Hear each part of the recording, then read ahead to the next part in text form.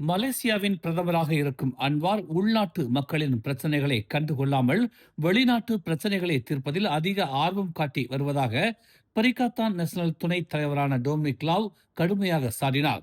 Anwar தன்னைத்தானே புகழ்ந்து கொண்டு நாட்டை சிறப்பாக வழிநடத்துவதாக பொது மேடைகளில் பேசி வருகிறார். போதாக்குறைக்கு மக்கள் அவருக்கு நன்றி தெரிவிக்க வேண்டும் என நன்றியை கேட்டு வாங்கிக் கொள்கிறார். உண்மையில் அன்வார் அதிகமாக வெளிநாட்டு பிரச்சனைகளை தீர்த்து வைக்க அதிக ஆர்வம் காட்டுவதாக கரகான் கட்சியின் தலைவருமான டொமினிக் லாவ் சாடினார். மக்களின் அன்றாட விலைவாசி உயர்ந்து விட்டது. இதற்கு போர் ஒரு காரணமாக இருந்தாலும் அதை மட்டுமே முதன்மை காரணமாக நாம் எடுத்துக்கொள்ள முடியாது என்றும் அரசாங்கத்திடம் போதுமான கையிருப்புகள் இருக்க வேண்டும் என்றும் டொமினிக் லாவ் வலியுறுத்தினார். ஊழலை எதிர்ப்பதாக தெரிவிக்கும் அன்வார் அவரோடு இருக்கும் அதிகாரிகளையும் கட்சி தலைமையும் ஊழல் லஞ்சம் பெறுவதை கண்டுகொள்ளவில்லை என்று அவர் கூறினார். பொது சேவையை மேம்படுத்தாமல் மக்கள் நல திட்டங்களை அரசாங்கம் செயல்படுத்த முடியாது என்று அவர் சுட்டிக்காட்டினார். கடந்த ஏப்ரல் 6ஆம் தேதி நாடு தழுவிய அளவில் நடத்தப்பட்ட அதிரடி நடவடிக்கையில் சுமார் 6378 டன் மின்னணு கழிவுகள் பறிமுதல் செய்யப்பட்டதாகவும் அவற்றின் மதிப்பு 455 மில்லியன் என்றும் தேசிய காவல்துறை தலைவர் காலித் இஸ்மாயில் தெரிவித்துள்ளார். மேலும் 16 முதல் 70 வயதுக்கு உட்பட்ட உள்ளூர் மற்றும் வெளிநாட்டினர் என 515 பேர் பல்வேறு குற்றங்களுக்காக கைது செய்யப்பட்டதாக அவர் கூறினார். ஆபரேஷன் ஹசார்ட் 3.0 என்ற இந்த நடவடிக்கை 11 மாநிலங்களில் மேற்கொள்ளப்பட்டதாகவும் ஒன்றுடன் ஒன்று தொடர்புடையதாக நம்பப்படும் பல மின்னணு கழிவு கும்பல்களை முடக்கி உள்ளதாகவும் அவர் கூறினார். இச்சோதனைகளில் 75,70,000 ரிங்கிட் மதிப்புள்ள அலுமினியம், தாமிரம் மற்றும் தகரம் போன்ற பதப்படுத்தப்பட்ட 377 டன் பொருட்களும் 1,16,80,000 ரிங்கிட் மதிப்புள்ள 1925 டன் பழைய பொருட்களும் அதிகாரிகளால் பறிமுதல் செய்யப்பட்டன. இந்த மின்னணு கழிவுகள் பல பிராந்தியங்களில் இருந்து வந்தவை என்று காலித் தெரிவித்தார். மலேசியர்களிடையே செவித்திறன் குறைபாடுகள் கவலை அளிக்கும் நிலையில் உள்ளதாக சுகாதார அமைச்சர் ஜுல்கிஃப்லி அமாட் தெரிவித்துள்ளார். நாட்டின் மக்கள் தொகையில் 5இல் ஒருவர், அதாவது 21.5 விழுக்காட்டினர் பாதிக்கப்பட்டுள்ளதாகவும் தேசிய காது மூக்கு தொண்டை மருத்துவ பதிவேட்டின் மூலம் 2025ஆம் ஆண்டில் கிட்டத்தட்ட 44,000 வழக்குகள் பதிவு செய்யப்பட்டுள்ளதாகவும் அவர் கூறினார். வயது வந்தவர்கள் மற்றும் முதியவர்கள் இடையேதான் அதிகபட்ச எண்ணிக்கை பதிவாகி உள்ளதாக அவர் சுட்டிக்காட்டினார். மேலும் பிப்ரவரி 2026 நிலவரப்படி 50,413 பேர் செவித்திறன் குறைபாடு மற்றும் மாற்று திறனாளிகளாக பதிவு செய்யப்பட்டுள்ளதாகவும் ஜூல்கிஃப்லி குறிப்பிட்டார். குழந்தைகளிடம் செவித்திறன் பிரச்சனைகளை கண்டறியவும் பேச்சு மற்றும் கற்றல் குறைபாடுகளை தடுக்கவும் சுகாதார அமைச்சு பச்சிளம் குழந்தைகளுக்கான பரிசோதனை மற்றும் ஆரம்ப கால தலையீட்டு திட்டங்களை அதிகரித்துள்ளது என்று அவர் கூறினார். பினாங்கு மாநிலத்தில் கட்டுமான தளங்களில் உள்ள தொழிலாளர் தங்கும் இடங்களை குறிவைத்து மேற்கொள்ளப்பட்ட ஆயுத கொள்ளை சம்பவங்கள் தொடர்பாக காதல் ஜோடி உட்பட 11 இந்தோனேசிய நாட்டினர் கைது செய்யப்பட்டு தடுப்பு காவலில் வைக்கப்பட்டுள்ளனர். 27 முதல் 44 வயதுக்கு உட்பட்ட சந்தேக நபர்களுக்கு 7 நாள் தடுப்பு காவல் உத்தரவை மஜிஸ்ட்ரேட் நூருல் ஜன்னா அமாட் இன்று வழங்கியுள்ளார். இந்த வழக்கு குற்றவியல் சட்டம் பிரிவு 395, 397 கீழ் விசாரிக்கப்படுகிறது. சந்தேக நபர்கள் 3 இடங்களில் கைது செய்யப்பட்டனர்.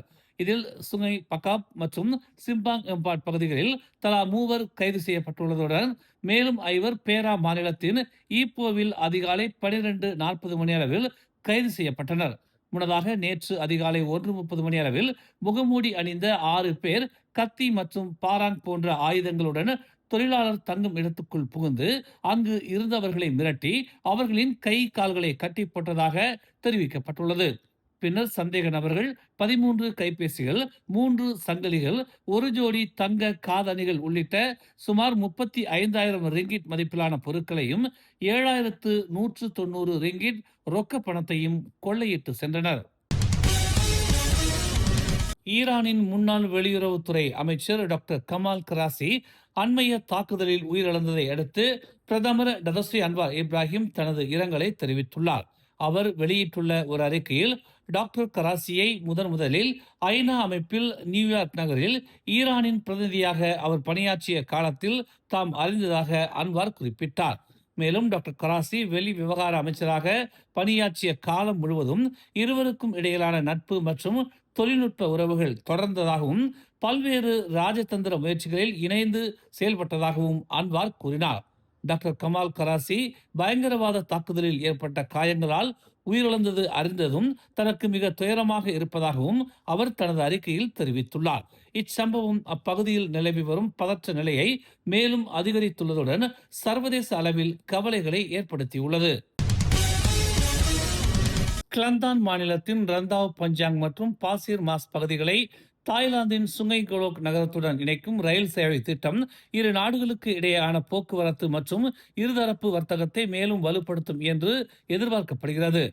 தாய்லாந்து நாட்டிற்கான மலேசிய தூதர் டத்தஸ்ரீ வான் ஜைடி வான் அப்துல்லா இந்த திட்டம் தற்போது மலேசிய அரசின் பரிசீலனையில் இருப்பதுடன் செயல்படுத்தப்பட்டால் விநியோக சங்கிலியை வலுப்படுத்தி பொருட்களின் நகர்வை எளிதாக்கும் என்று கூறினார். இந்த திட்டத்தின் ஒரு பகுதியாக தாய்லாந்து ஏற்கனவே சாத்தியக்கூறு ஆய்வு மற்றும் சுற்றுச்சூழல் தாக்க மதிப்பீட்டை தொடங்கியுள்ளது. இது அந்நாட்டின் இரட்டை ரயில் பாதை விரிவாக்க திட்டத்துடன் இணைந்து முன்னெடுக்கப்படுகிறது. இந்த இணைப்பு நடைமுறைப்படுத்தப்பட்டால் எல்லை தாண்டிய சரக்கு போக்குவரத்து திறன் மேம்பட்டு லாஜிஸ்டிக்ஸ் செலவுகள் குறையும் என்றும் மலேசியா, தாய்லாந்து மற்றும் இந்தோ சீனா நாடுகளுக்கு இடையேயான பொருட்கள் அனுப்பும் காலம் வேகமாகும் என்றும் அவர் கூறினார். உலகளாவிய எரிசக்தி விலைகளின் மாற்றத்தை கருத்தில் கொண்டு மின்சார பயன்பாட்டில் சிக்கனத்தை உருவாக்கும் நோக்கில் TOU எனும் டைம் ஆஃப் யூஸ் திட்டத்திற்கு மக்களை மாற்ற அரசு ஊக்குவித்து வருகிறது. இந்த திட்டம் மூலம் மக்கள் தங்கள் மின்சார பயன்பாட்டை திட்டமிட்டு மாற்றுவதன் மூலம் கட்டணத்தை குறைக்கலாம் என்று அதிகாரிகள் தெரிவித்துள்ளனர். ஆற்றல் மாற்றம் மற்றும் நீர்வள மாற்ற அமைச்சு வெளியிட்ட அறிக்கையில் கடந்த பிப்ரவரி மாதம் வரை 1,28,868 பயனர்கள் TOU திட்டத்திற்கு மாறி உள்ளதாக கூறப்பட்டுள்ளது. இது மின்சாரத்தை சிக்கனமாக பயன்படுத்துவதற்கான விழிப்புணர்வு மக்கள் மத்தியில் அதிகரித்து வருவதை காட்டுகிறது என்று தெரிவிக்கப்பட்டுள்ளது.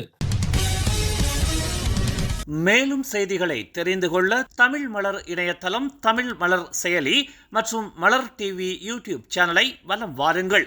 எங்களோடு இணைந்திருக்க மலர் டிவியை பதிவு செய்து கொள்ளுங்கள். உறவுகள் மகிழ்ந்திட விருப்பம் மற்றும் பகிர்வு சேவையை சொடுக்கிடுங்கள்.